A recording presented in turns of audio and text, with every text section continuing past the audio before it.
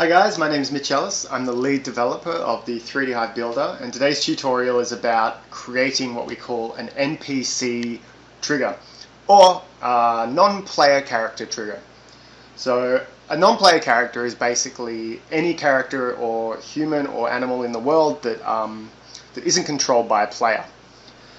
So of course I'm just going to quickly go over here. We're at the main map of the editor here. We're not starting from the logic editor. If you have a look at the avatar, I want to show you just and talk about what's inside the avatar editor. So if you click on the avatar editor, you'll notice that I've already created, over here, one avatar. Now this one avatar is being used as an avatar in my avatar pool in the game settings. But I also want to talk about shared assets. Now shared assets allow us to use this one particular character in a multiple variety of things. So I'm going to use this guy in one of my non-player character triggers, and I'll show you how to do that now. So if we click the back button and go back to our map editor screen.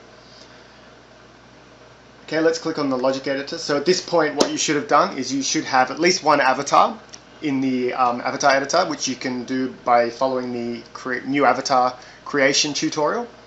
And that's it.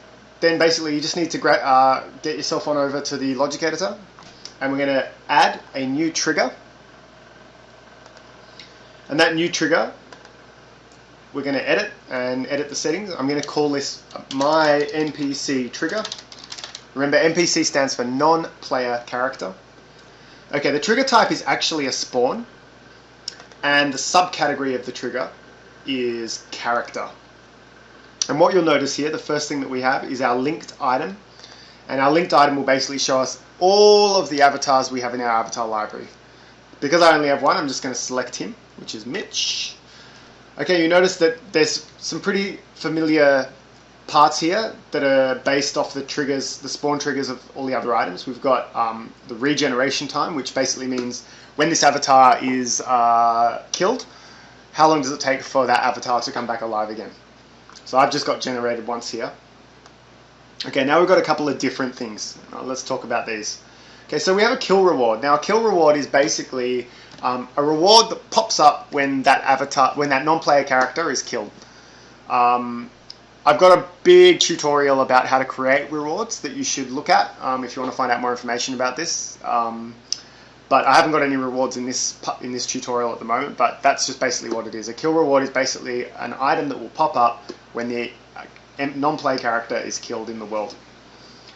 We also have some roaming options. Now, sometimes we don't want our non-player characters to just stand still and not do anything. So we've actually got the ability to make them kind of randomly walk around the world to at least make them look like they're active and doing stuff. Otherwise, if we select that if we select NPC will not roam around the world, the NPC will just kind of stand there and not look like it's doing anything. So this is kind of a good technique to kind of give your world a bit more life, a bit more character. Okay, so that's that, the NPC roaming option. We can also assign media to our non-player characters, and we can attach things such as images and URLs and mini games. I've got a whole tutorial based on media, so maybe later on you can follow that. And if we scroll down, we have some check and action conditions which are quite similar to the other spawn triggers. The action event is important because the action event allows us to make the non-player character attack or run away from characters based on checking conditions. So this is kind of where we set up the AI of our non-player character. I've got a tutorial based on just checking in action conditions so that you guys can follow that and know what's going on. We scroll down a bit more. The last option we've got for non-player characters is to actually assign non-player characters to a team. Now the reason we might do this is we may have a situation where we have a whole bunch of guards needing to attack Team 2. But if we didn't assign them a team, say we didn't assign them a team, we asked them to attack Team 2, they might all attack each other, which is not a good thing. So we're able to assign teams to non-player characters as well.